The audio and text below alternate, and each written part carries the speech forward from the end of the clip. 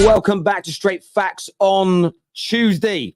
It's a sunny day where I am, so I have marinated myself, covered myself in salt and pepper, a few bits of herb, and I am ready. I'm ready for the barbecuing. I'm ready for the cooking. Gentlemen, how are you both? Better than you. That's not hard, mate. That's not hard.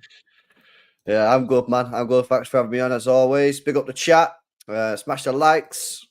Terry's going to have to hold it today. Chat, you need to be cooking him as well, man. This ain't just this Straight Facts. We're a family on Straight Facts. It's not just me and Dan and obviously Terry, the host. You guys got to get involved as well, man. So let's cook Terry today. Do you know what? It's hard. It's actually quite hard to cook Terry because, I mean, it's not hard to cook Terry. I'll rephrase that. It's hard for him to actually hold too much because there's not much that Terry actually comes with chest, to be fair. Terry is one of those Man United fans, in my opinion, that's just kind of on the verge of giving up. That's what it looks like to me now. It's like, ugh, I've got no more. I've got no more left. Do you know what I'm saying? And I feel for him because I've been there before in myself. And I hope for his sake that things pick up. I hope for Man United's sake it doesn't, because I'm loving every minute of it, man. Man United in the mud is good. I absolutely hated Manchester United growing up. They ruined my my school childhood, whatever the hell you want to call it. And I'll tell you what, it is an absolute mess. And last night just sums it up yet again. What a mess of a club. I gave it a little bit at the beginning of the summer. I really thought we were going to progress. In the summer, there are tweets that were out there with the signings we made. I was adamant that we'd get even better. I was adamant, or I had a lot of belief that the ownership changeover would happen months and months sooner than it did, and we'd get new integration. I thought we'd just keep getting better this year. I thought we could close the gap on the top of the title, top of the table. I thought we could even partially get ourselves into a title race this year. However, 3 or 4 games into the season, my mind changed because what I've seen, and that's probably where my anger stems from. And I'm more angry at Man United fans defending it. Not that I believe some dude on Twitter is controlling what the club does directly, but it's a case of how are you looking at how we're set up, how we play, how he coaches us, how he drills us with the holes we have, bruv. We are like, I nearly said a bad word. We're like a homeless person's vest. I do think it's better when you say a tramp's vest, but I know that word's offensive to some people, but it's holy, bruv. The holes, we look like Rabsi Nesbitt. That's an old one for you. It's just everywhere. It's awful. And I call this out at other clubs, so I keep the same energy for my own. I look at Big Ange, and I think he's had a really good start. But people have worked out elements of his system, and he's now got to change little areas. We got found out week 1 this season. We have not changed a damn thing. We have just carried on persisting with the same problems. And for me, I saw the Palace manager get a lot of credit last night, and he should. People saying, see, fully integrated system within 2.5 months. Yes and no. There'll be peaks and troughs, because people will work Palace out soon, and then they'll have to adapt and change. And the very best managers, like Pep, keep changing, keep adapting, keep innovating. They keep their philosophy the same, but they innovate and make nuanced changes and keep getting better. So nobody believes Man United should be the finished article in 3 months. But nearly 2 years into Ten Hag's reign, the football is the worst I've seen at the club ever. We've conceded more shots on goal than Derby County, who were relegated all them years ago with record low points. We concede more shots on goal this season per game than any other team in the Premier League. It's the first time since 1977 that we've conceded 81 goals or more. There's still games to go. We've got Arsenal coming up at the weekend, who are going to pipe us. It is going to be raw, no lubrication. Ouch. Prison settings. We then play Newcastle, who will hurt us. We then go away to Brighton, who haven't been great, but they do so well against us. We haven't won away against them in 3 or 4 years. And then the end of the season, the pièce de résistance. We go to Wembley, that big, massive pitch with Casemiro at centre-back, Eriksen holding the midfield against one of the greatest teams England's ever seen in Manchester City. It could be a record-breaking defeat in an FA Cup final. And still people are just going to say, but give him another summer. It's a madness to me. It's a madness. He has got to go. He has got to go. And the club have come out today and briefed the media saying they've got no want to sack him. They won't be sacking him before the FA Cup final. So that, for me, is our season a wrap.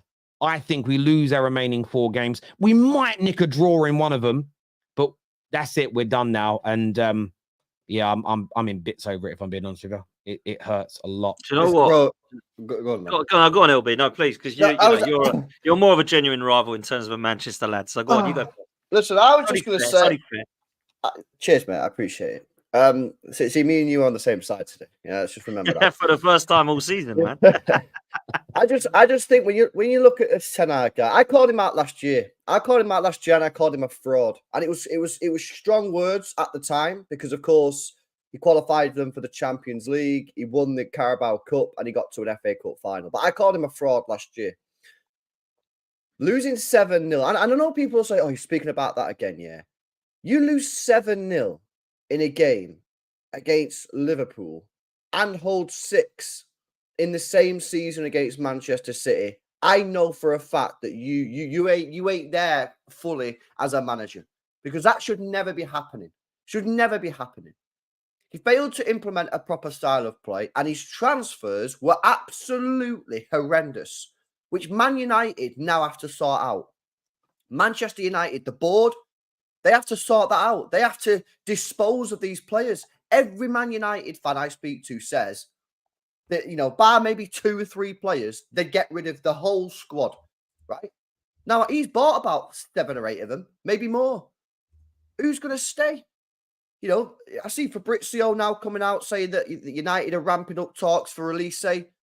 Well, what's going to happen to Ante then? Is he just done? I mean, we know he's done, but that's 80 million down the drain, thanks to Ten Hag. So a message for United fans here is, even if you sack Ten Hag today, which I just think the guys are ridiculous, I'd sack him today. The legacy and the lasting impact of what he's done to your football club in the horrific signings will go on for a lot longer without him there, because they're not just going to be able to get rid of some of these players. Who's going to spend 50 million on Anthony? Who's going to spend money on these players? You've still got a massive issue with Onana, because as good as he is on the ball, he is not a good goalkeeper at keeping the ball out the net.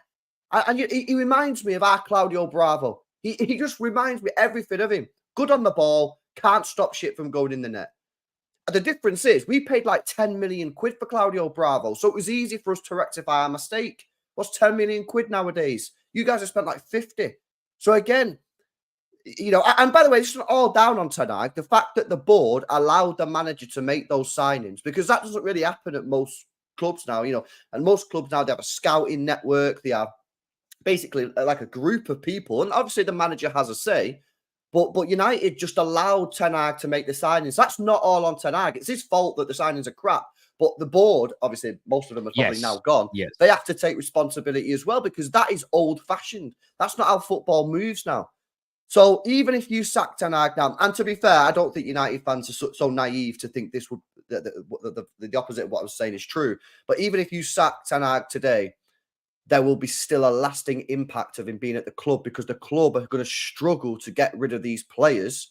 And obviously with the spending limits, which, we spoke about last week, and, United are being now capped at what they potentially could. I know it doesn't come in for another year, but, you've effectively got maybe a year to try and sort this out. It's just a mess. It's a complete and utter mess. And I have no sympathy for the guy. I know the players are poor, and I know the players, have let themselves down and have let this club down for a long time. But I just think the guy is an arrogant manager. Yeah, some of the stuff that he said, I didn't like. I think, obviously, the way he handled the Sancho thing was poor. And just all round, I just don't think he's very good. And again, just quickly before I finish off, people say, well, he did it at Ajax. Well, go and do your research on what actually happened at Ajax. Go and have a look at the Champions League, what actually happened there. Don't just look at the fact that he got to one semi-final of the Champions League. Go and have a look what happened in the other Champions League campaigns. Can I tell you something? Ain't pretty, mate. Yeah, so I'm not surprised that most United fans are Ten Hag out, but this is not going to be fixed overnight. And you guys, it's going to be a multi-year process just to get back in the top 4, I think. I really do.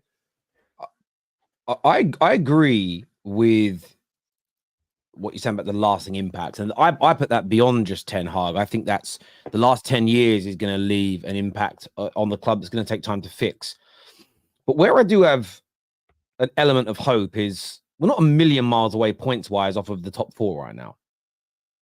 A decent setup, even for this squad, say we don't sign a single other player, we just keep this squad, a decent setup in and out of possession in terms of our shape could yield an extra 10, 12, 15 points out of this team. Because even with a terrible shape and terrible drills and terrible system, we've still managed to win games.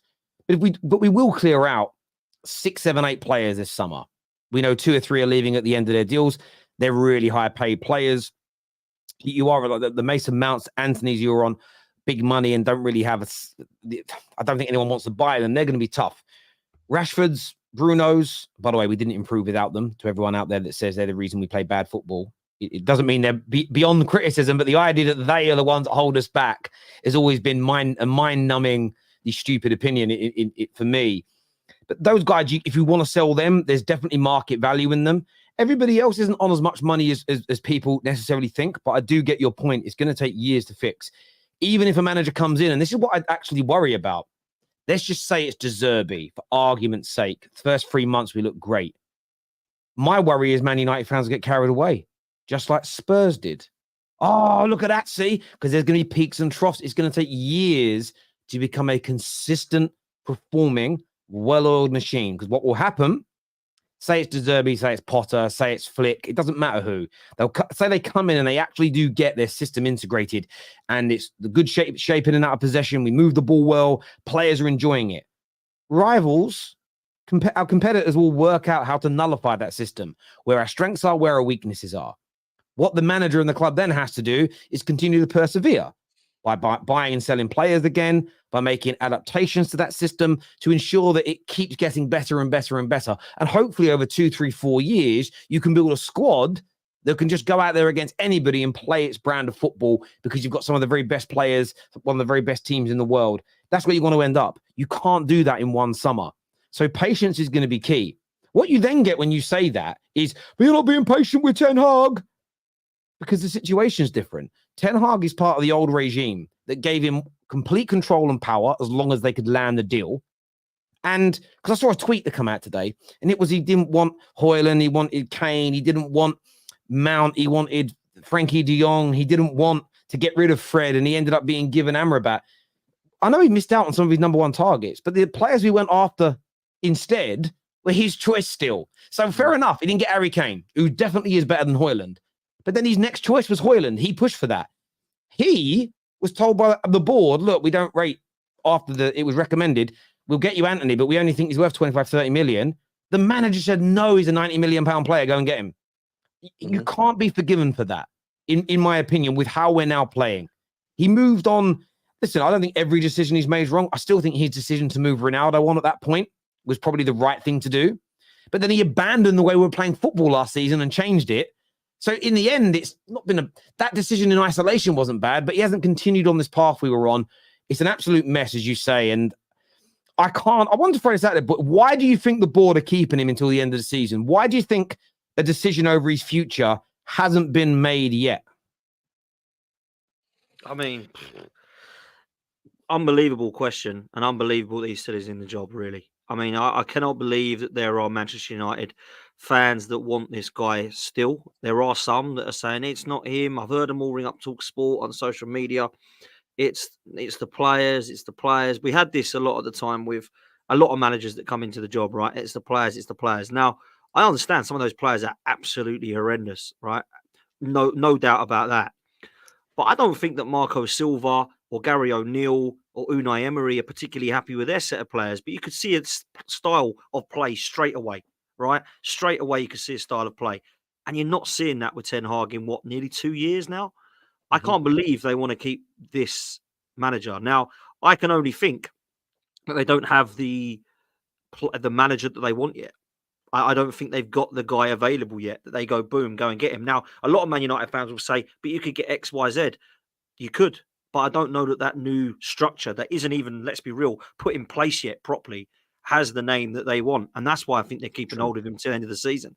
And I think once that comes into place, there is no way this guy can stay in the job. I mean, I look at Ten Hag, right? Let's be real.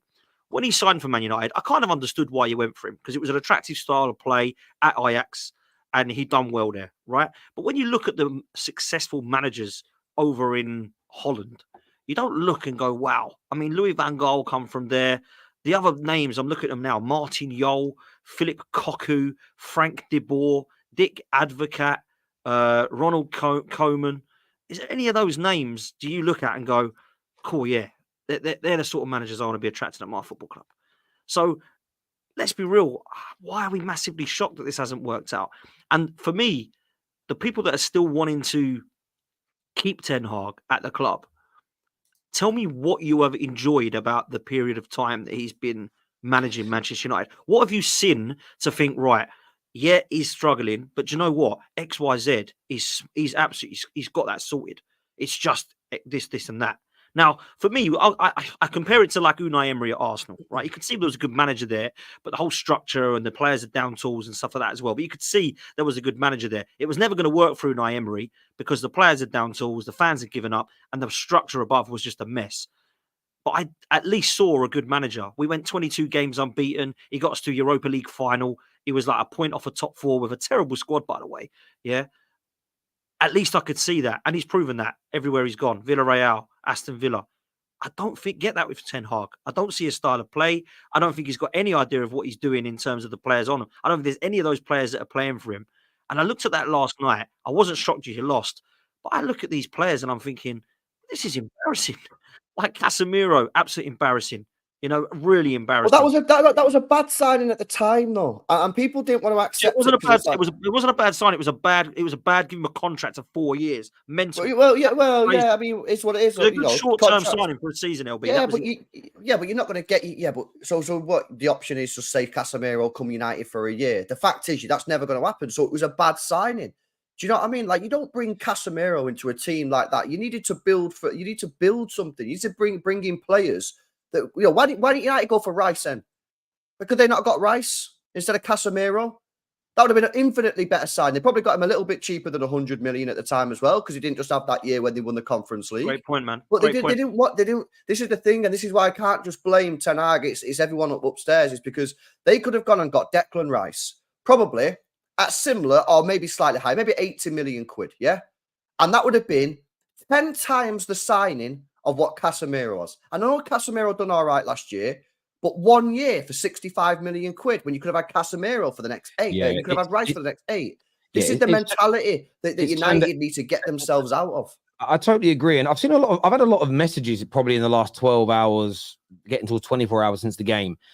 And I don't know who these people are. They don't use their real names or faces, but it's Terry. How can you want Ten Hag out, but yet you told Arsenal fans to have faith in Arteta the whole time? Firstly, that's not true. If you go back through the first 2.5 years of Arteta, I agreed with most of the Arteta routers in terms of how can he stay? When you went through that terrible 9-game run, when you were sitting 8th, I looked at it and thought, I don't see this getting any better.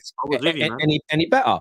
I was with you. With the back end of the 2022 season, where I thought you were going to make top 4, you slightly missed out, but I started to see the real green shoots of progress. From that point, I would pretty much say I've turned around and gone, I think Arsenal fans should just, at this point now where you are, hold fire. Then in that summer is when I did I watched you in pre-season. I was like, Jesus Christ, you guys scare me. And I still stand by that. And I always mean scare me from the perspective of, I know how bad my team is. I'm seeing my fellow mud brothers who in my opinion, what Arsenal helped Man United fans with for 4, 5, 6, 7 years was it didn't really matter how bad we were. You guys got the brunt of the crap. So I was annoyed that you guys were out of that mess because we then became the targets. And that's a very selfish element, but I praise you. Since then, what I've learned about Arsenal, because I'm not an Arsenal fan, so I didn't know all this at the time. And this is why we do these shows, to educate each other to a certain degree. That when Arteta came in, that was when you made your changes behind the scenes, your football decision makers. It wasn't just the manager change. There was a huge overhaul at your club. I want something similar at United. We're bringing in a whole new backroom like board and football decision makers. We're looking at changing doctors. We're looking at changing scouts.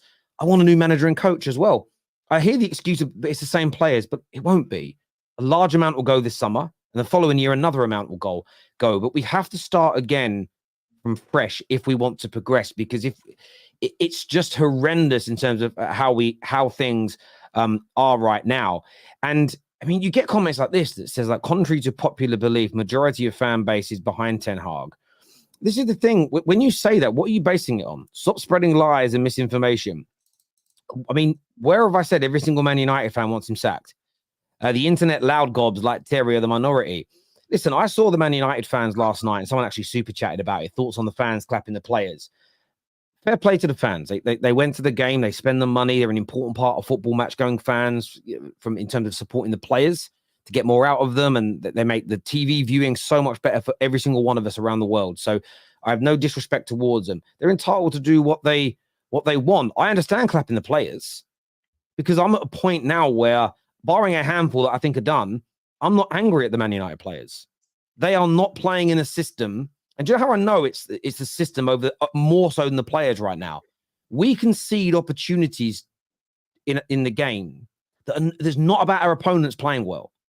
Crystal Palace were not amazing last night. They played well, good system, good structure, good intensity. They weren't amazing.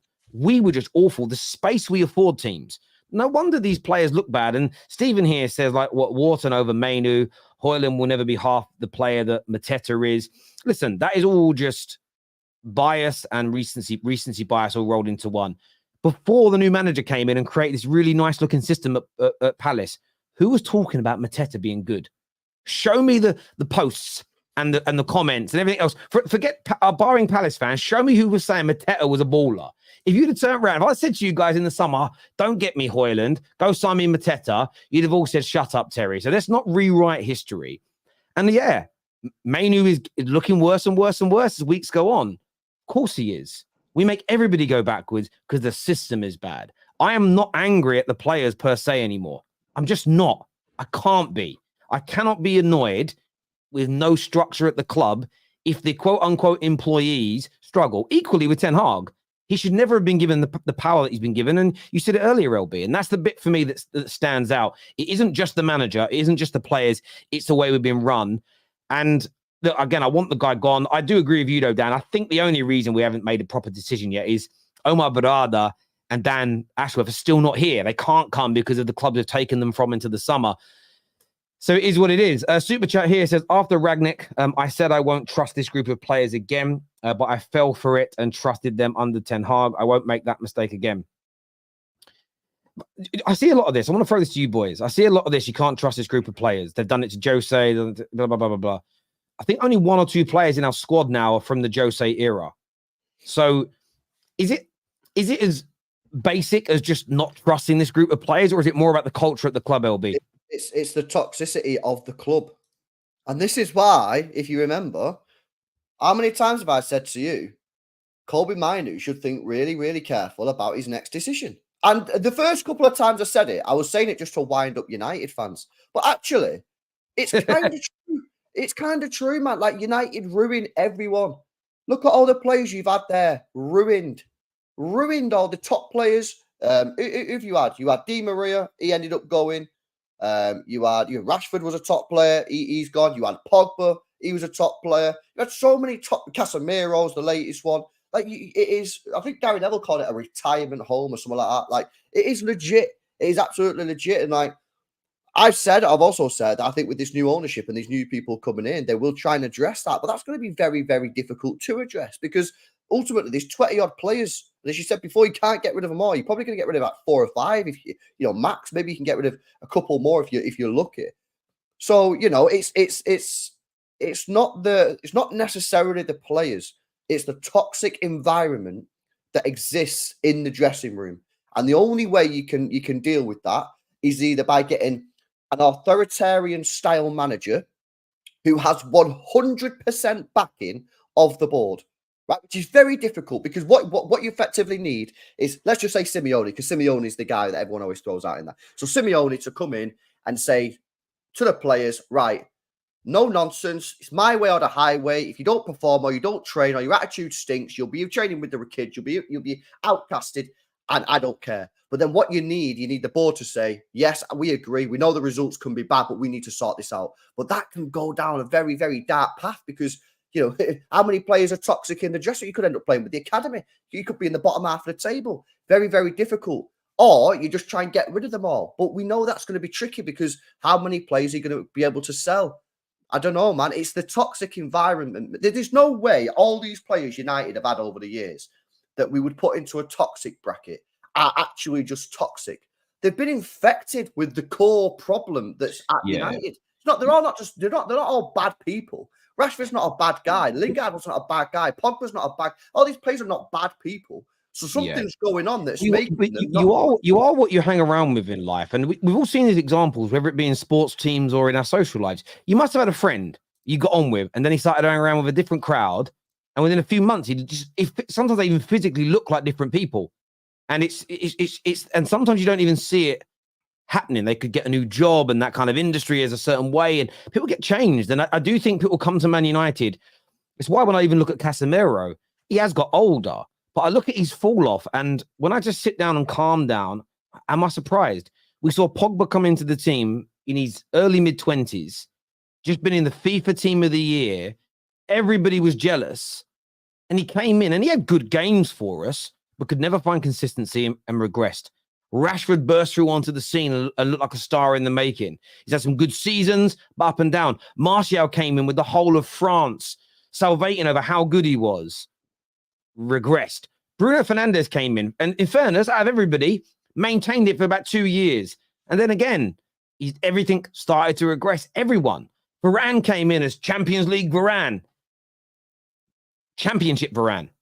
It's crazy. Like, honestly, every single player goes backwards for one reason or another. It doesn't mean we haven't bought some duds, because Anthony, dud as an example, but everybody goes backwards. Jadon Sancho, look at his before, during, and after when it comes to Man United. Look what he did in the Champions League semi the other day. And I just think we all can reflect back, and we've all criticized players during games and everything else, but the toxicity at the club is the most important thing to fix. The problem you've got now, Terry, though, the problem you've got now, though, right, is real talk in the summer. We've got the structure, everyone's here now. Now we need to get rid of X, Y, Z. No one's going to want them. So you're going to have to take a massive amount of hit if you sell them at all, or loan players out, because no one's going to want these players, right? The ones that you want to get rid of, I'm talking about anyway, right? What players just on that, what players do you not think we can get rid of? Like, genuine question. Well, okay, so you go through the ones that I believe you want to try and get rid of. I don't think you're going to get an amazing amount of money for somebody like Wan-Bissaka. I don't think you're going to get an amazing amount of money for somebody like Harry Maguire. Johnny Evans, forget that.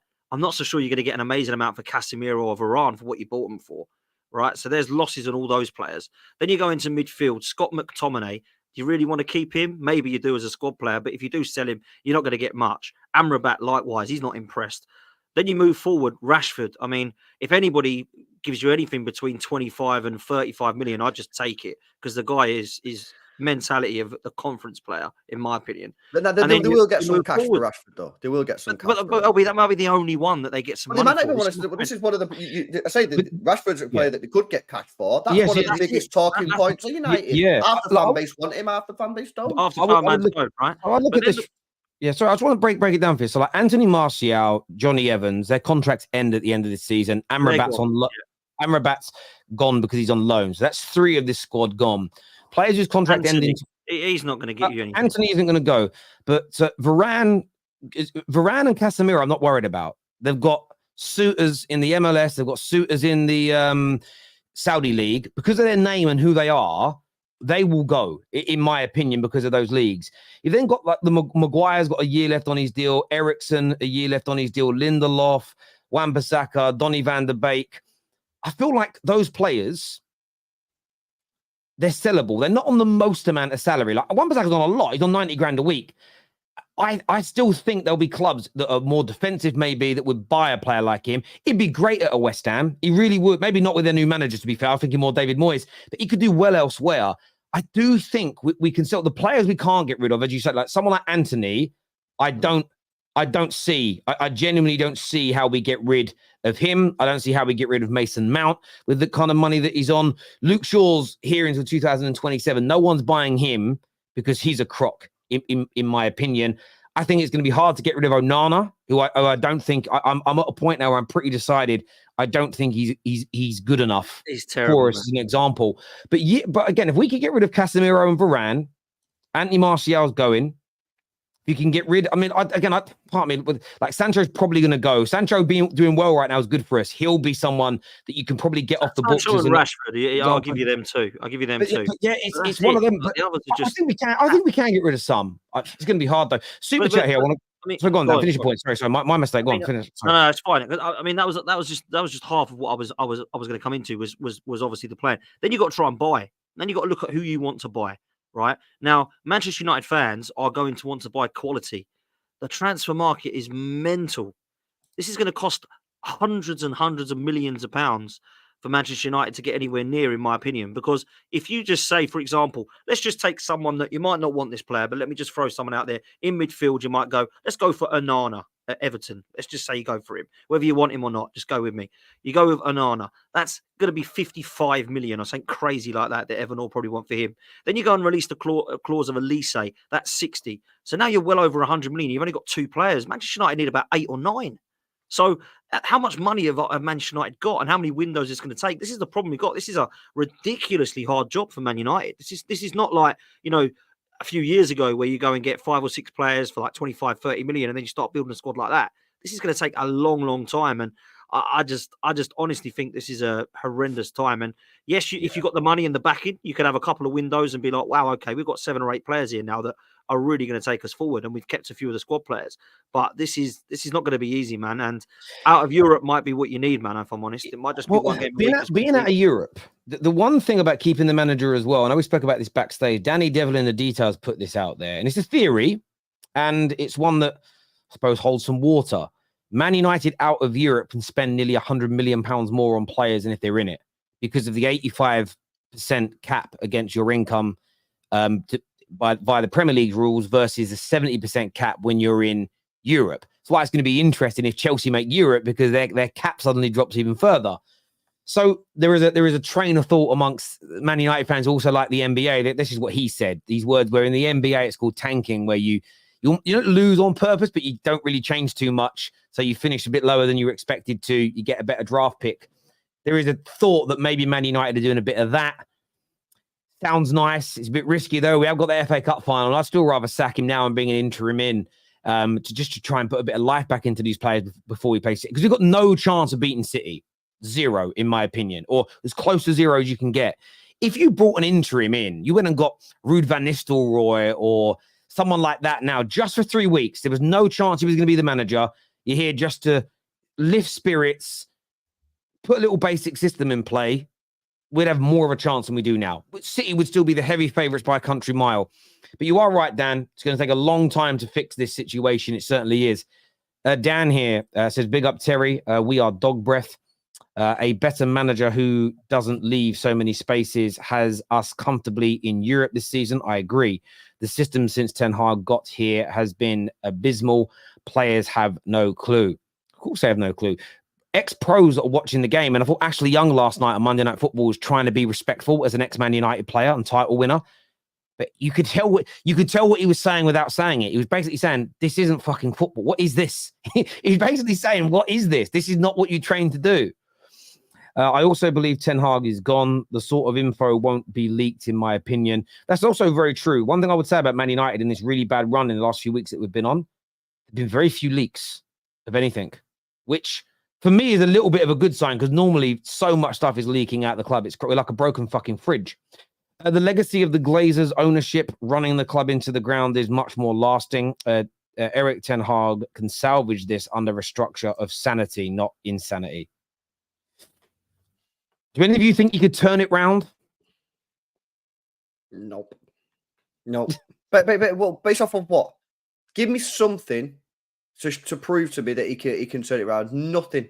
No style. No, not even yesterday when it was going bad that he went, you know what? Let's just be solid. They were still cutting you apart in the last 30 minutes. So nah, there's nothing there. He's lost it. Once you've lost the dressing room, it's done. And the injuries thing don't wash with me. I'm sorry, man. You got injuries. You're still not telling me they're getting beat 4-0 at Crystal Palace, bro. That team yesterday was not a team that gets beat 4-0. Yeah, the players have laid down, man. The players have laid down. I'm not having that for yesterday. No way.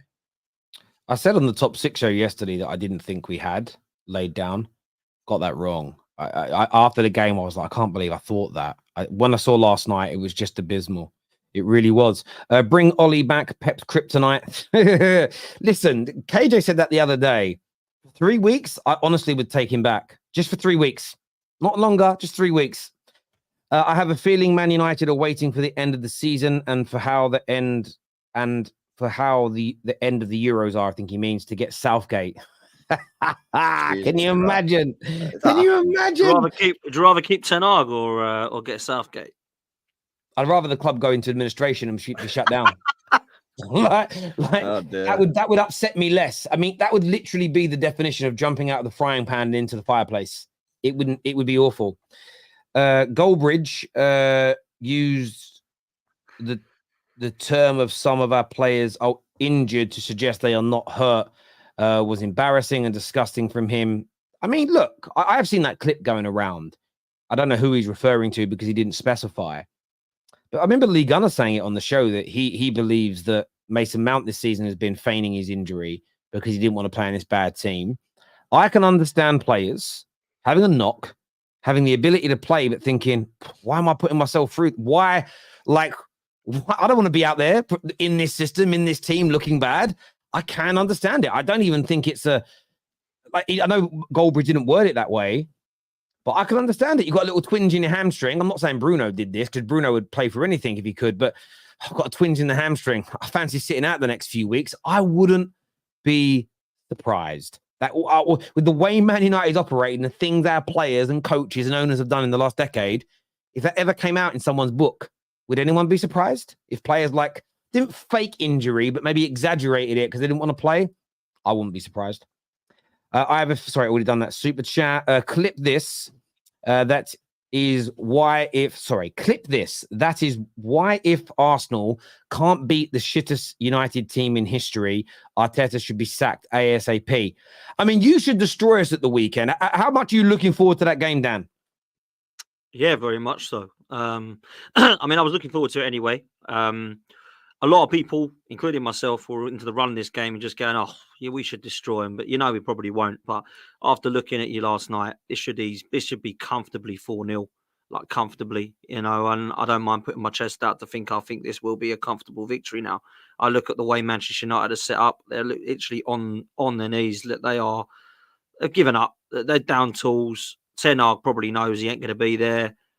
If we don't win that game, then, I mean, we don't deserve to win the league, do we? Let's be real. So I will say this. I do feel personally there is a massive chance that both Arsenal and Manchester City could really make this uncomfortable ending for Manchester United. Like, seriously, I think it could be embarrassing in the FA Cup final. And I think we might put 4 or 5 past you at the weekend. I really do. And I'm not normally one that comes with chest, but I just got to look with my eyes and look at how well we're playing and look at how poor you look and look at how well Manchester City play and look how poor you look. So, yeah, man, this ain't going to be comfortable. This ain't going to be comfortable for Manchester United at the end. I don't think. I really don't. It's over for you guys, Terry. You said a minute ago you want your club potentially go into administration. If you get Southgate, bro, you got the next 2 weeks. Chat, we might not see Terry during the Euros, man. All this Euro 2024 content he had planned, it's cancelled. He's cancelling. I don't know, man. Honestly, I think Arsenal will. I agree. I know Arsenal's record at Old Trafford ain't great. Apparently, it's 2 wins in 15. Is that true, Dan? Yeah. I mean, this weekend, yeah, I'm expecting 3 or 4. And here's the difference: when Liverpool went to Old Trafford a couple months ago, and obviously the last time they went, is they was on top. They just didn't kill United off. Yeah. Arsenal will know that if they get a goal up, they will just keep pushing and pushing and pushing and just try and get the game won. So I agree. I think it will be easy for Arsenal. It's one of them. They just need that first goal. As soon as Arsenal get that first goal, boom. United players' heads will drop. Maybe the crowd will start to get on them a little bit, and the Arsenal players will just, they'll just know that they're there for the taking. So yeah, it's gonna be a big one, man. But the only thing I would say is if City do beat Fulham at 12:30 on Saturday, then maybe there'll be a little bit of pressure on Arsenal to respond. That's the only thing United fans could potentially look at is Could Arsenal be a bit nervy? But at this time of the season, with 2 games to go, I don't see it. I feel like if Arteta doesn't win this game against Man United this weekend, that's grounds for dismissal. Like I'm being a little bit sort of a bit of a joke in it, but this should be a game that, with the way you've performed away from home this year, with the form you're currently in, with how we're playing, I hate saying it because I feel dirty saying it as a United fan, but you should be putting 3, 4, 5, 6 past us. If Palace scored 4, if Coventry scored 3, there is no Sheffield United scored 2 against us at home the other week. There should be absolute, and this is the thing, that the records, there is something in records. 2 wins in 15 shows we're really good against you at home, but it goes out the window when you look how bad we currently are. If that makes sense, you can't take it. For me, I can't take it seriously. We are so poor right now. I just want the season to be over. I wish there was a way we could declare our last 3 games, give up 3-0 victories in all of them, because that's less painful. I almost don't want to see this team play football anymore, because every time they do, I think they damage the legacy. Well, not maybe damage, that's not the right word, because the legacy of the club won't be damaged by them. But they tarnish the legacy. They embarrass the legacy. It's just a horrible look. This isn't Manchester United. And I know some people think that's an arrogant thing to say, but we spend money like we're the old Man United, but we don't perform and act like it. And that is what bothers me. I wouldn't be bothered if we were an 8th place team, if we had financial difficulties a decade ago and we've been spending like an 8th place team. But we spend like the best team in the world, but we perform like a National League North team. We are so bad. You guys, honestly, I mean this without trying to get overly graphic. No, Diddy, this is gonna be a no lube session. Prison FC on Sunday. It is gonna be painful. No sitting down for a week, bruv. I mean, listen, it's gonna have to be. It's gonna have to be. You know, I'll be disappointed if we like scrape this 2-1 or 1-0. I'll be really disappointed. Something's gone wrong for me, because the way we're playing at the moment, I'd celebrate a 1-0 defeat. Yeah, I bet you would. You probably would. At least I'm delighted with 1-0 loss. You know what I mean? But for me, listen, I will firstly say I just want 3 points. However, a little part of me really wants to hurt you guys, because we haven't done that at Old Trafford for a long time. I remember when you beat us 6-1. I remember when you beat us 8-2. I'd absolutely love to do something like that at Old Trafford. It'd be amazing. I would love nothing more than to do a 6-1 or an 8-2. But I do think we can hurt you if we turn up. And I don't think Manchester United have got the tools at the moment to be able to deal with us. I will say that, you know, so I think it's embarrassing. Listen, I have to say the Glazers, let's be real. Like you said, Terry, the Glazers have spent money like the old Man United, but look at what they've spent it on and allowed it to be spent on. And this is why I say the Glazers have neglected Manchester United. And people say, how can they? They've spent billions of pounds. Oh, yeah, but look at what they've let it be spent on. This is their football club, and they've like we've got $1 billion. Let's just give it to these people, and they can do what they want with it. Right? Let's move on. Like, hang on a minute. Like, and this is why I asked the question to Man United fans: do you have the faith in the ownership alongside the new structure? Do you believe that with what the Glazers have provided in the last couple of decades, do you think that is the way forward, even with a new structure? Because I think people would definitely have question marks. You know, a lot of people will say, do you know what? Give us the money. Don't you do anything with it. Don't give it to Ten Hag. We'll deal with the money. That's what you're hoping. And you're hoping that goes right. But there's no like guarantee that Manchester United are going to then now become back, because these 3 guys know what they're doing more than the other guys do. So listen, it's going to be mad. But it is. Do you know the thing with it is this? Like, I'm going to question things that Ineos do, but I am going to give them time to produce. And I say that because for years I've fought back when people have said, "But you spend money, yeah, we waste it." You know, you can be rich and give your kids all the money you want, but you can still neglect them and bring them up badly. Just because you've got money doesn't mean you're doing a good job in every facet of business, sport, life, whatever it may be. And that's the thing for me, is that the deal has been structured in a way where, because it was Sir Jim, for instance, when it comes to the voting recently, that City and United voted against having the spending cap, which we spoke about last week. It's a Jim that was the representative there. So they've clearly done this deal with the Glazers in a way where they have got control. So yes, the Glazers are in. The Glazers are the majority as a collective shareholders still, but the deal's been structured in a way where Ineos have the controlling influence over the day-to-day running, and I think that's really key. And what he's done well so far is the names of people we're looking at are important. It's just going to be about patience. But what will really help with the patience is not bringing in a Gareth Southgate and bringing in a manager who plays an attractive style of football. Because at the very least, in the build process, it'd be nice to enjoy a game of football, wouldn't it? As a Man United fan, in the last year, there's maybe 2 or 3 games I've actually enjoyed watching, where I've gone, I really enjoyed what we did today.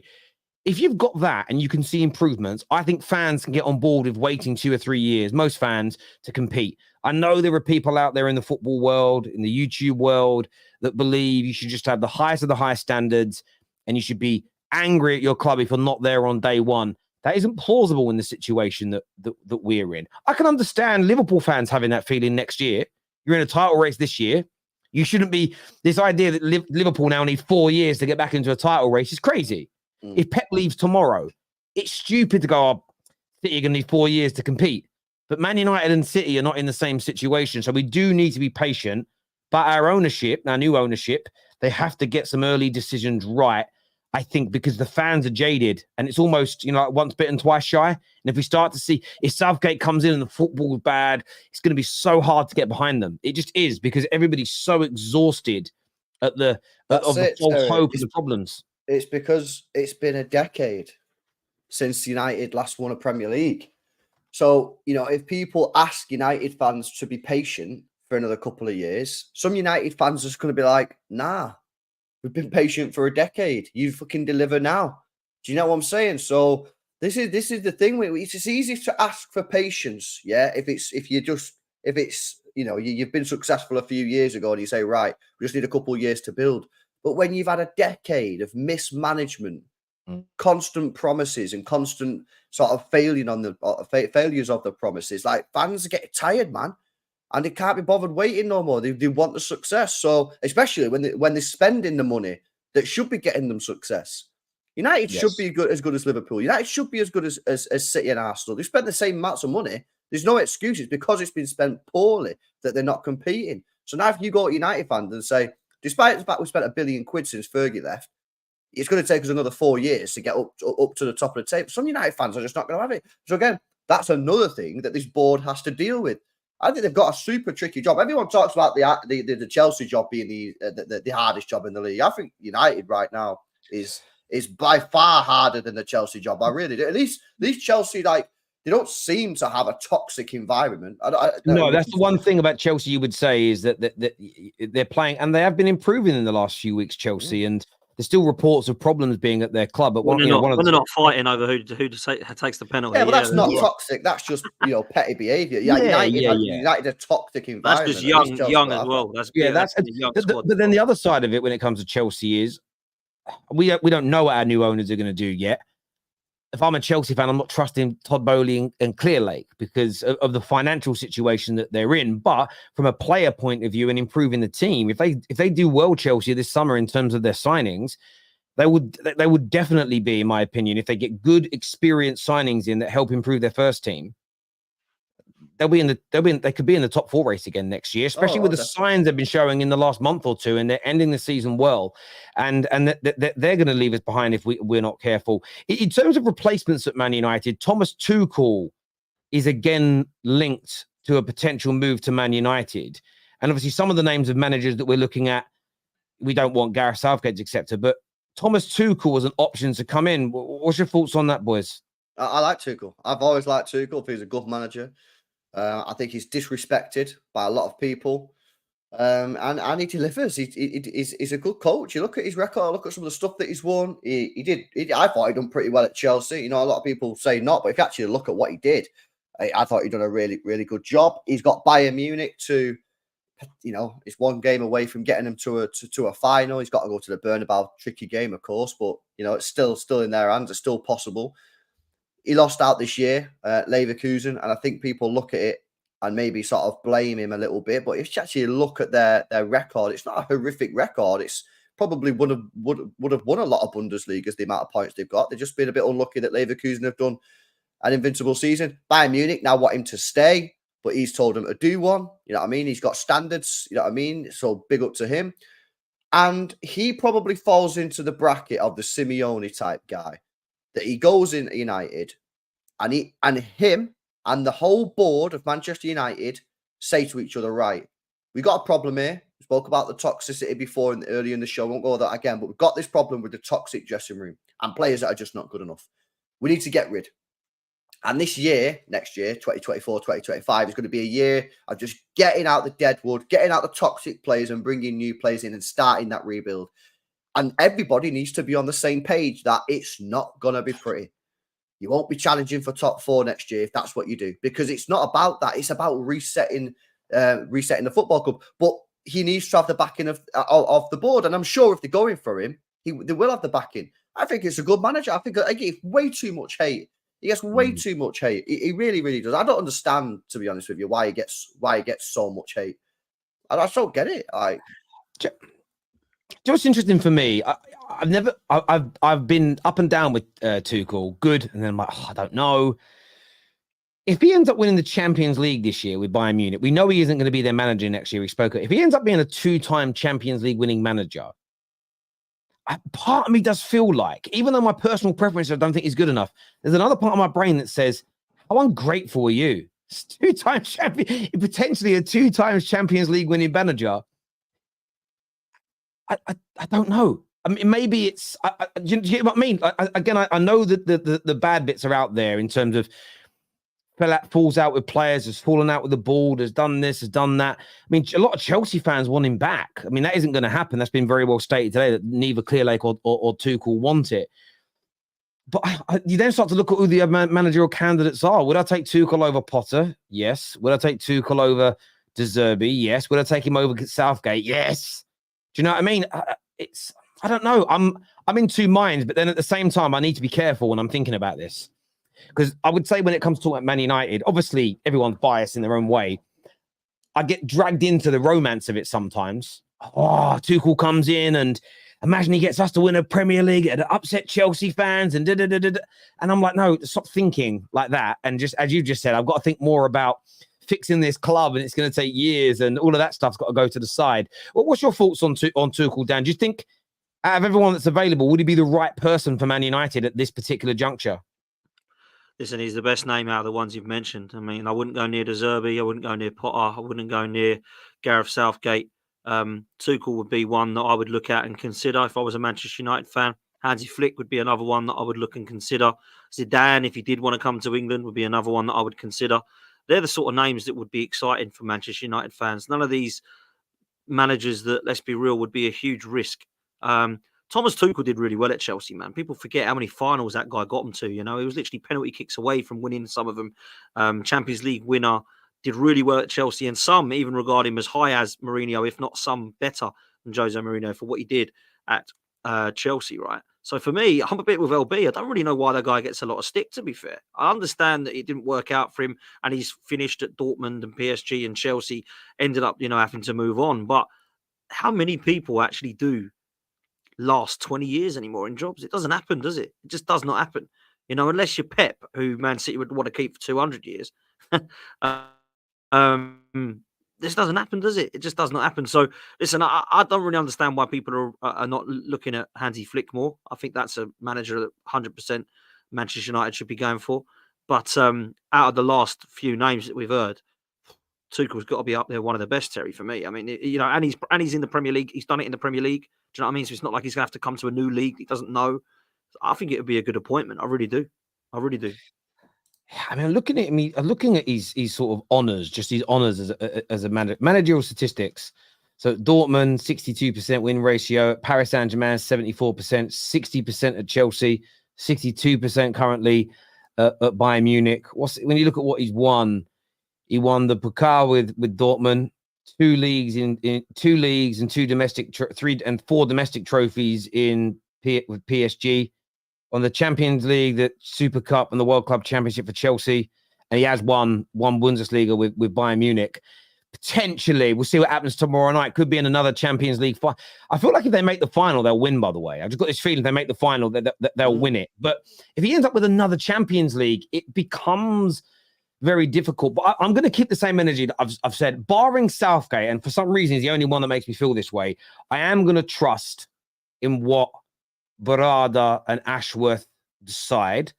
I'm going to trust in it. And it may not even be about the football to begin with. It might be about we need this kind of manager for communication or helping the culture or whatever it may be. I'm going to trust their football minds to begin with. I'll have my own opinion, but I'll give it some time as an example.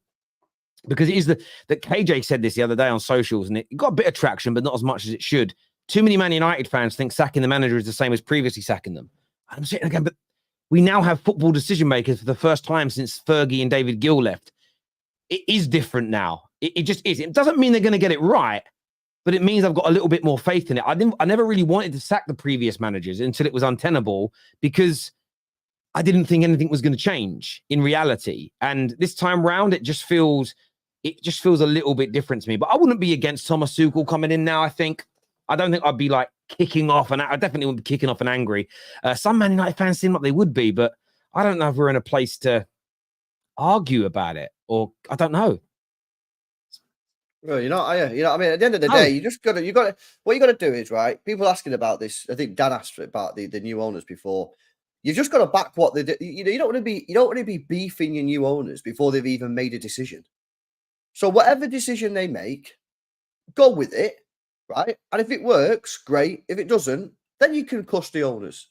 But you got to back them. If the new owners come in and they've hired all these CEOs and all these guys, these executives, and they decide that Tuchel's the man.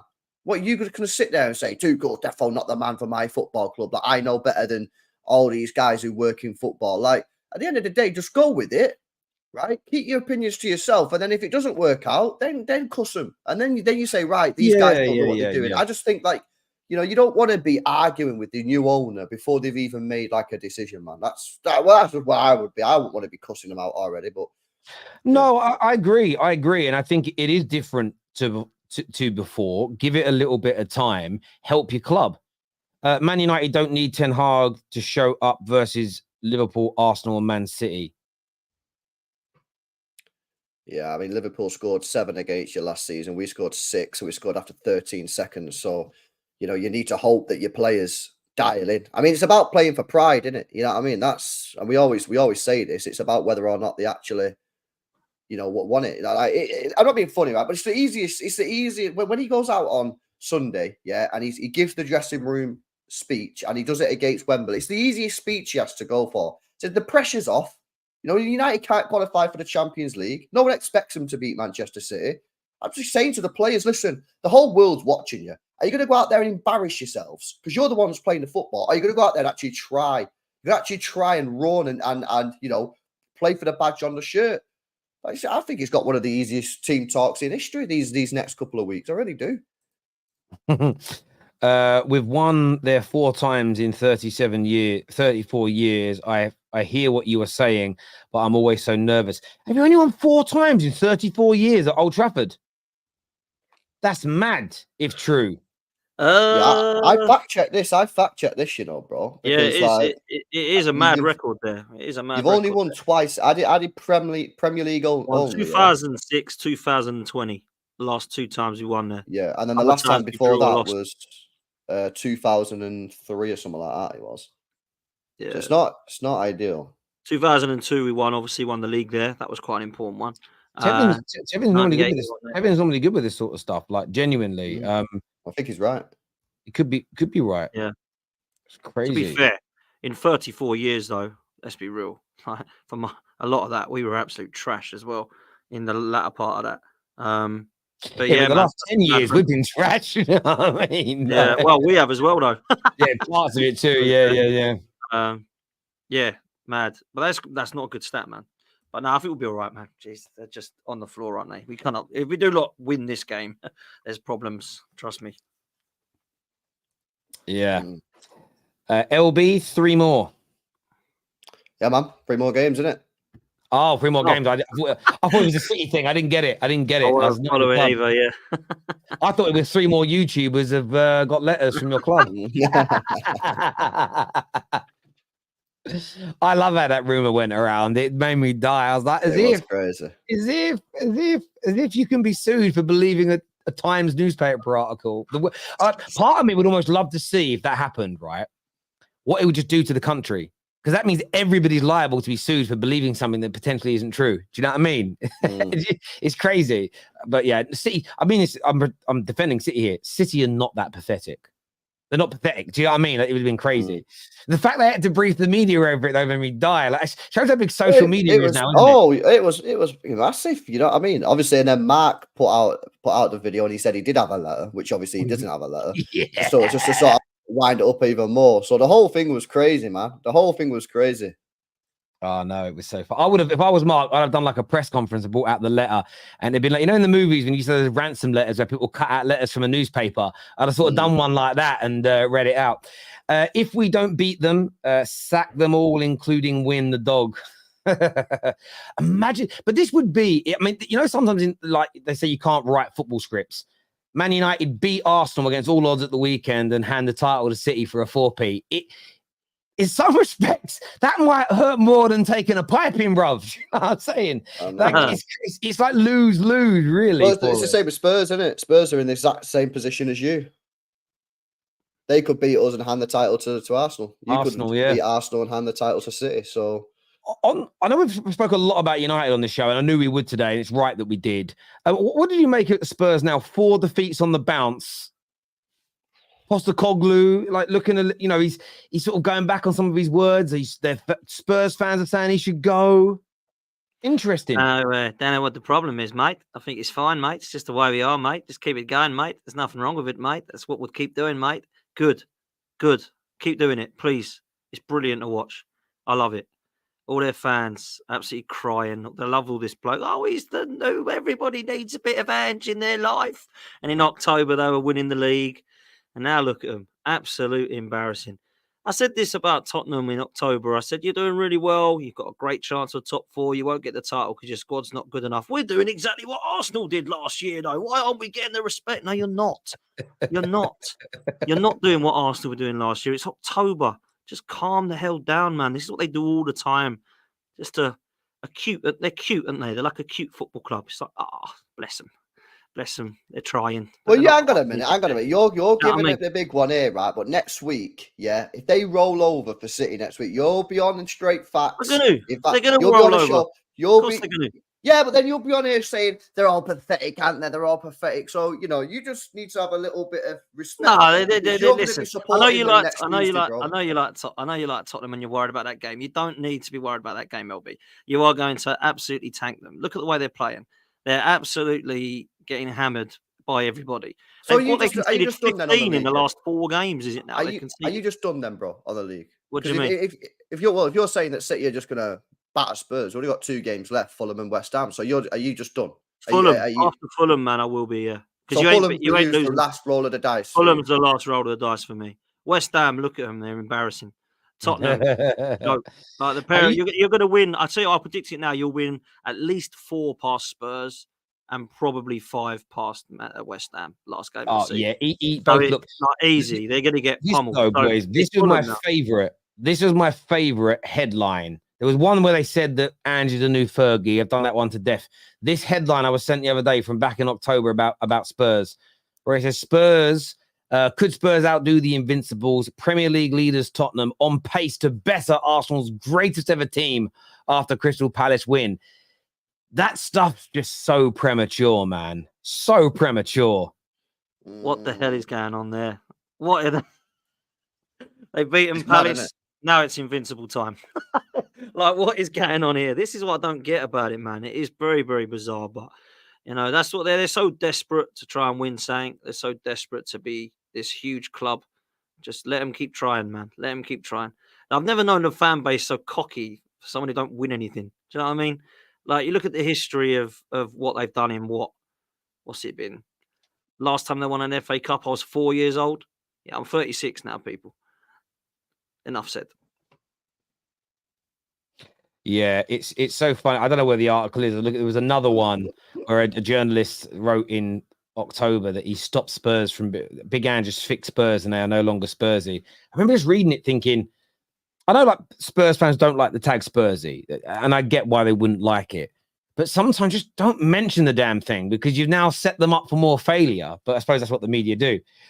Terry, you've never rated Tuchel. Pray for Terry. That isn't true. I've definitely praised him for certain things. I've definitely got question marks over him, but there isn't a manager we could employ that doesn't have question marks. But who am I to say no to a 2-time Champions League winner? Well, my team can barely qualify for the damn thing or get out the group stages. You know, we've got to be honest. We really got to be honest here.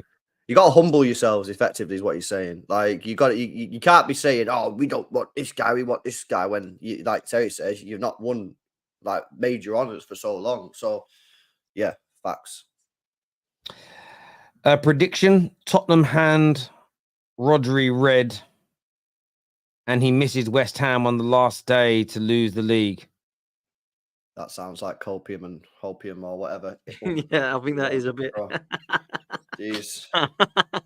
I just don't care. I don't care who gets sent off. I just want them to drop points.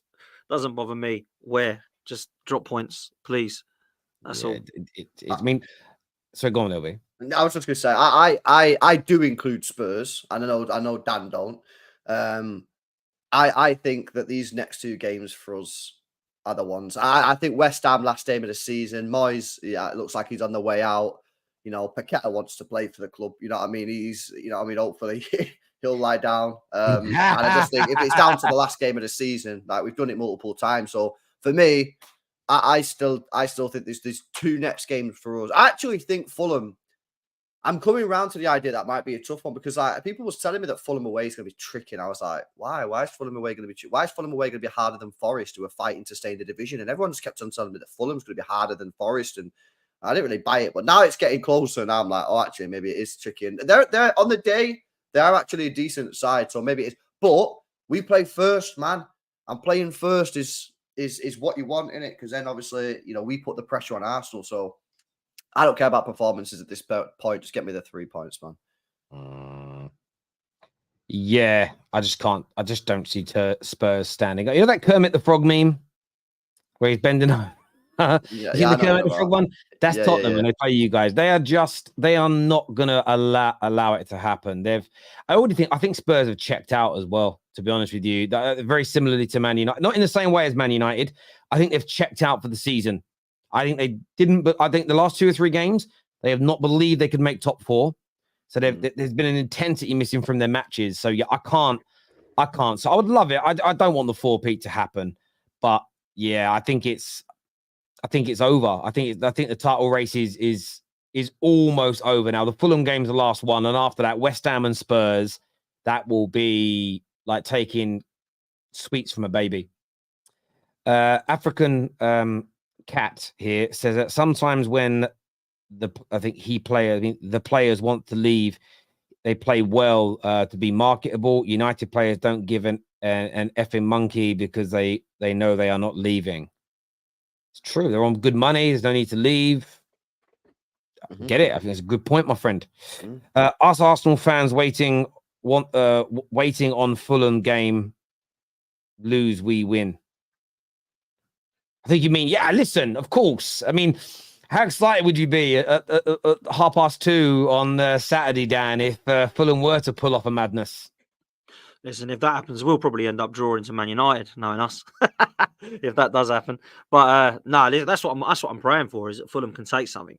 Fulham, I'm praying, Bernd Leno, ex-Gooner, Willian, ex-Gooner, Alex Iwobi, ex-Gooner. Come on, boys, please. You want the title to come to Arsenal. Do your business. Just a point. Doesn't bother, just a point. I still fancy goal difference wise. Still think we can get a few against Man United and Everton. So, like, let's do it, man. Come on, Fulham. Well, that's the interesting thing. If it was a draw and then it's going down a goal difference, suddenly then Arsenal playing Man United, for City fans, they'd be petrified. Like, petrified. Because if you guys play well against United, I mean, I don't see why. I mean, we are not breaking you down. You are the best team in the league defensively by a country mile, in my opinion. Not just in terms of goals conceded, but how hard you are to break down. Did you see it yesterday? There's no play. The players don't know what they're doing. We're trying to overlap with Aaron Wan-Bissaka. Do you know what I mean? We are not breaking you down. But I'm intrigued to see if City were to drop points, how Arsenal handle that. Because if they come to Old Trafford at that point and smash us, that's when you know, damn, they're champions. That's champions mentality. They come to, if you suddenly get nervous, ooh, I mean, we've seen that before with teams where one makes a mistake, the next one kind of follows as an example. So yeah, this weekend's football is going to be good, other than the Man United part. Other than that, it's crap. That's why last weekend was so good. We didn't play until the Monday. I loved it. The weekend without Man United playing it's what I live for. It's what I live for. Jamie here says that Spurs should be done for match fixing if they roll over. Yeah, I think. Do you know what? I actually look. The fans want Tottenham to roll over, absolutely, and most Arsenal fans, if it was the other way around, would probably want the same thing, right? But when you look at it, I think knowing a couple of people that I know that know people within the club, they're like, look, the fans want that, but that is not going to happen. Like, we will give Manchester City a game, or as best game that we can, because we're professionals. When the manager wants it, the players will want it, the coaching staff will want it. But I don't think it's going to happen because I think Man City are too good, and I think it will be 3 or 4 goals going against them, unless they dramatically change something. And I haven't seen Ange Postecoglou change much, if I'm honest. I mean, set pieces is pretty much a penalty when you get a set piece against Spurs. It goes in, and the high line is not great. I don't actually think some of their players are as good as some people think. I mean, they're good players, but I think they've hyped them up to be great. And all those that say, they do these horrific combined 11s, which I can't understand. And they try and put, Gabriel and Saliba and not quite Van der Ven and Romero and, Bissouma. Rice is all right, but Bissouma, come on, man, he's much better than Rice. They put all these players in. And, I mean, wow. I mean, Ange better be sacked then, because he ain't doing so very well with these players that get into everyone's combined 11s. It's nonsense, man. And Spurs just overhype everyone, don't they? That's the way they are, man. But listen, they will be who they will be. I can't see him being Spursy enough to get a draw at Man City, though. I really can't. I hear you. Breaking news just come out from Germany. Erik ten Hag is now officially the #1 candidate to take over at Bayern Munich. That's mad for me as well, that. Does anyone get that? Why is that? Do you get that, LB? Why is he #1 for Bayern Munich there? That's like wife swap then, isn't it? You know what I mean? Tuchel's definitely going the other way then. You know what I mean? That's what that stinks of what's happening, isn't it? You know what I mean? Ten Hag goes Bayern, Tuchel goes Man United. I mean, that's what I see. So I don't know what Bayern Munich have been watching. Maybe they want Leverkusen to win the Bundesliga again next year. Or maybe we're just missing something. Maybe everyone is just missing something about Ten Hag. Maybe we're all wrong, which maybe we are just all wrong. Maybe Ten Hag's Do you know what would be funny? Right, this would be really funny. Bayern Munich don't win the Champions League. They're not going to win anything if they don't win the Champions League. If you're Harry Kane and you hear that, oh my God, he's like, you're a joke. Well, at least next year I'll have a good manager. We'll be able to go forward. And then he turns up. Harry Kane must be thinking, I'm not going to win anything here, am I? Hansi Flick is second favourite, followed by De Zerbi. Oh God. They got to go for Flick. They got to go for Flick out of them three, haven't they? Jesus Christ. Strange honestly, you know what? My club needs to just give Pep Guardiola like a 10-year deal, man, because the manager market is just on its ass. It's so bad. It's horrendous. It is and it isn't, right? And what I mean by that is, say, if Pep's still around, yes, but if Pep retires, because I could imagine Pep maybe do another 2, 3, 4 years at City, and then maybe semi-retiring. Does that make sense? Because I don't know where he goes after City, because that's the problem. There's nowhere, and this isn't a dig at him, there's nowhere that's going to have the money, the structure, the power, the influence. I don't see where he goes from that point. Maybe he goes back to Barca. I don't know. Okay. Yeah. But I don't think he would even. I agree. Once he goes, Klopp looks like he's going to sail off into the sunset as well. I know you've got Ancelotti and you've got Simeone, but outside of that, that's when the other managers will start winning trophies and being the best. It's almost, they may not be ever as good as those individuals, but I think it will kind of level itself out. It's about perspective, I suppose, isn't it? There's 2 or 3 or 4 that are like so much better than everybody else. That's what you're saying. Yeah, I get when those guys go, and that's why it's trophies are a way you judge people. But you might imagine we fast forward 10 years and the De Zerbis of this world are the best managers around. That just because the standard is where it is at that point. So low. Yeah. No, it can happen, but you're right. But then what you might get back to if that was the case is leagues where over a 10, 12-year period, you get 9, 10 different winners, which some people say is what they want. I mean, I don't want that. I want Man United to win it every bloody year, but I suppose for a kind of neutral, that's what you see. Have you seen Mark Goldbridge's VAR rant? Have you boys seen that? Nope. Yeah, it was hilarious. I didn't know was this about the goal last night? Yeah. I didn't know the guy does his watch-alongs in pajamas. Did anyone know that? I mean, Yeah. Take a watch of this. No fucking way! No fucking way!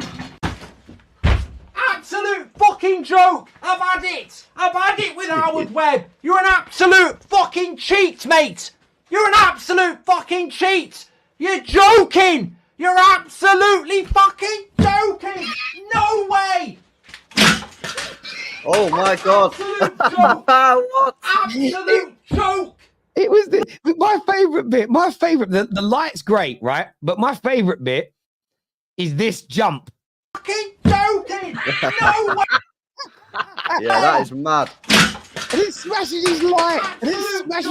Up. That's crazy. I'm dying. The one thing that I would say is I actually think we need to have a proper chat about these goalkeeping protections, man, because you cannot touch goalkeepers, man. It's ridiculous. Like Bournemouth's, again, I'm sure Dan will accept that was never a foul. I actually think that one was a foul last night. I think you're allowed to. People say, well, you can't just challenge him when he's in midair. So we're just going to let goalkeepers just jump up and catch the ball with no challenge. Of course you're allowed to challenge him. Of course you are allowed to challenge him. People are like, you can't challenge him if he's in the midair. Of course you can. You know, it's how much intent, how much force you put into it. But of course you're allowed to jump up in the air and try and win the football. You can't just let goalkeepers just go, sorry lads, coming through. You know what I mean? What is this, man? I mean, so we need to have a proper conversation about that because obviously Bournemouth got done. United got done last night. I didn't think that was a foul personally. I felt that the one against Alisson in the City Liverpool game was very soft. Don't think that was a foul. But we just need to have a chat about it, man, because it's like, you know, you just can't touch goalkeepers no more. Like, they're so protected, man. So protected. Like the David Raya one, I was still waiting to see what Solanke was supposed to have done. Last night, is Højlund just supposed to just watch it and go, oh, love to be able to jump and try and win that header, but I just got to watch the keeper catch it. Like, is that what the referees are asking these strikers to do? Like, it's mad. So I agree. I agree with your points. For me, they're fouls based on consistency. You can't touch goalkeepers while they're trying to jump. If you jump straight up and the goalie jumped into you, I think it's a little bit different. But they are, from a consistency point of view, if you give that goal last night to Man United, which I would have loved, you're taking the piss out of Bournemouth. Equally, you give Bournemouth the goal and then disallow this one, you're taking the mick. If you're going to allow contact on goalkeepers, it has to come in the start of the season, and it has to be consistent across the board. I don't think there's anything wrong with the level of contact that both. I forgot what it was for Bournemouth. Solanke, was it Solanke that made the contact? Solanke and Højlund made. But we know you can't touch goalkeepers and they're protected. And the only time goalies get in trouble is when they do what Onana did, where they completely mess up and punch someone in the head. But if Onana had jumped out that way for the penalty a few weeks ago and his body would have taken the player out, they wouldn't have done anything. So I'm not adverse to that law being changed. And I do listen. I think Goldbridge's reaction is what it is. I think my personal belief about Goldbridge's reaction is that's more him letting out his overall frustration about where Man United are right now, rather than that situation. But nice pajamas. There we go. It kind of is what it is. Would Pep go into international management? Well, I've said this for some time, and I don't want this to happen really, but what should be happening, anyone with a brain will probably agree, is the English FA should be all over Pep Guardiola. That's what they should be doing. If I was running the show at the English FA, I'd be like, we're going for Pep big time. Facts. Absolute facts. Southgate's got to go after this tournament, whatever happens. And then you go and try and get this guy, man. You go and get the best, and the best is Pep. He's on. So Pep Guardiola currently earns, right, £21 million, €1 million a year, right? And the reason I'm putting it, I'm trying to work out what Southgate's on.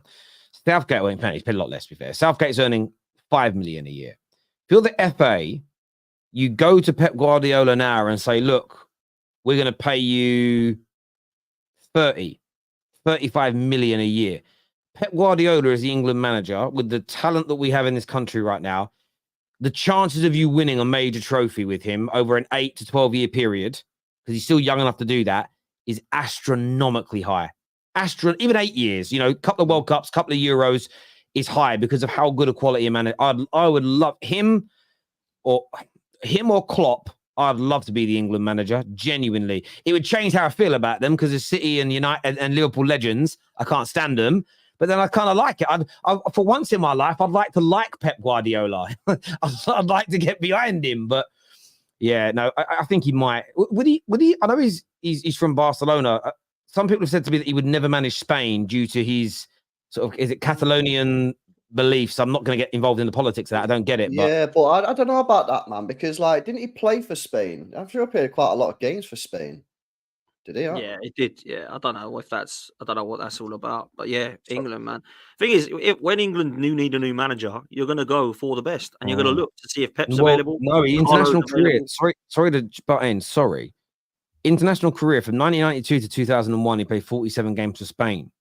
But then also between 1995 and 2005, he played 7 games for Catalonia as well. So I don't quite know how that works. He played for both nations. I don't even know how that works. I don't know the politics of it. But sorry, back to you, Dan. No, yeah, that is interesting for me. I didn't know much about Pep as a player. Obviously, I saw him bits and pieces, but as a manager, he's been there. But yeah, when England need a new boss, man, you go Pep Guardiola. If he's not about, you go Carlo Ancelotti. If he's not about, you go Jurgen Klopp. You got to go for the best, 100%. You know, we've got an unbelievable chance of winning some tournaments for the upcoming future. England's squad is at the best, certainly attacking wise. It's been for a very, very long time. And you look at the others that are coming through as well.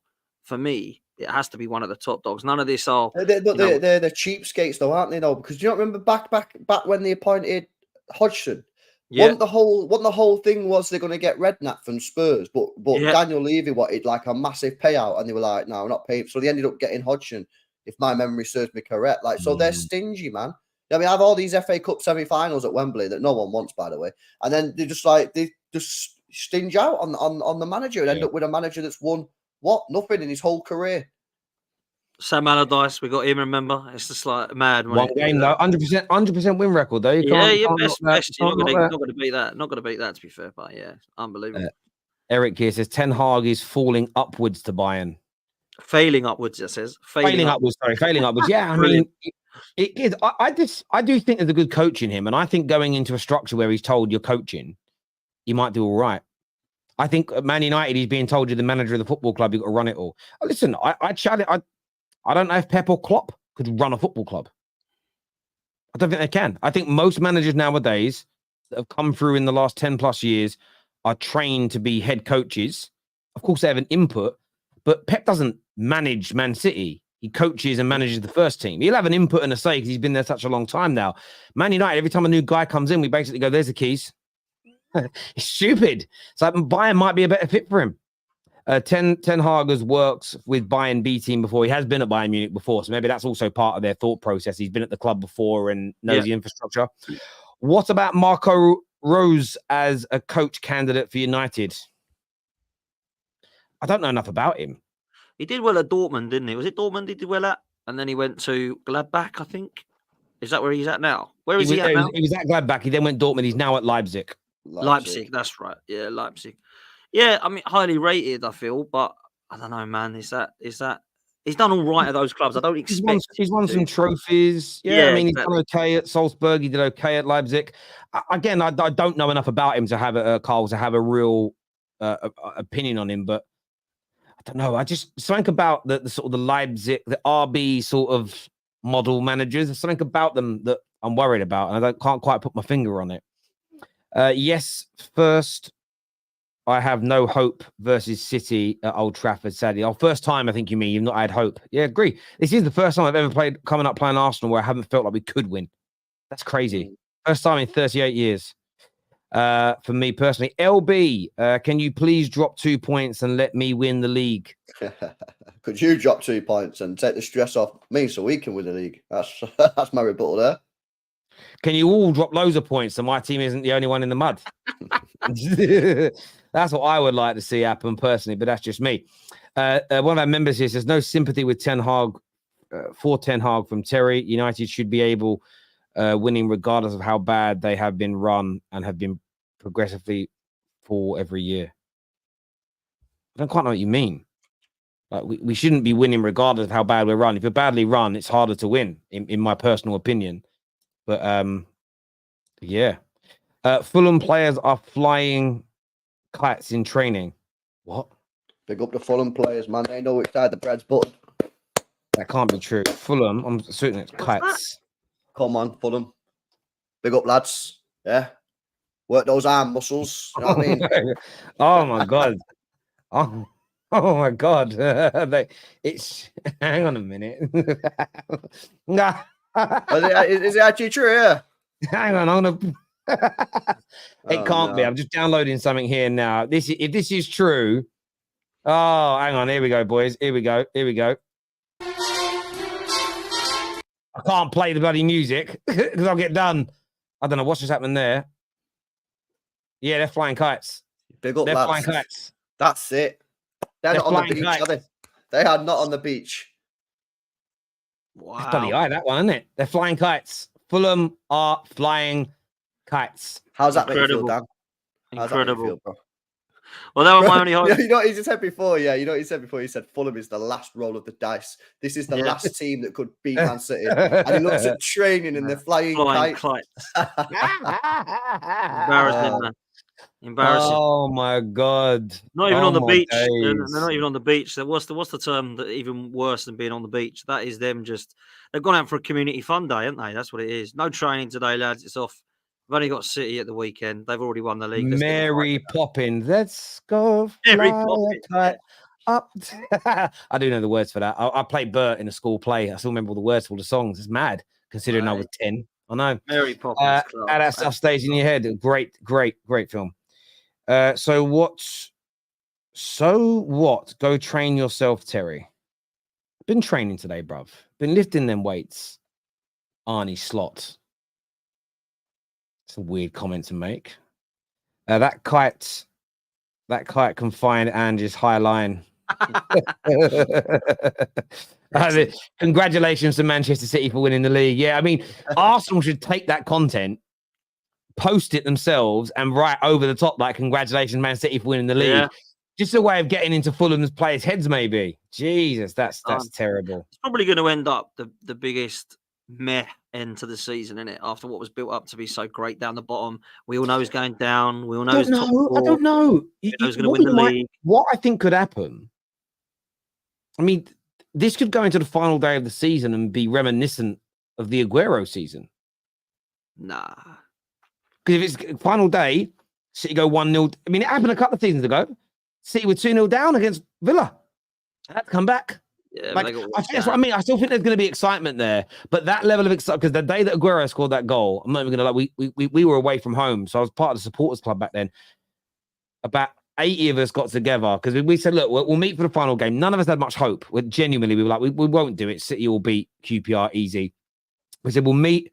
We met at this big casino. We said we'll just get on the drink, say bye to each other, see each other for the new season. And obviously.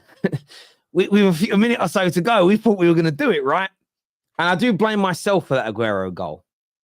Because some of the old heads that I was with were like, no one fucking... Our game had finished. It was 2-1. Then it went 2-2. And it was a few minutes were going by. And everyone's like, everyone shut up. No one celebrates. And I started singing Champione. Hold. And that was the day that I stopped having chest. I just stopped.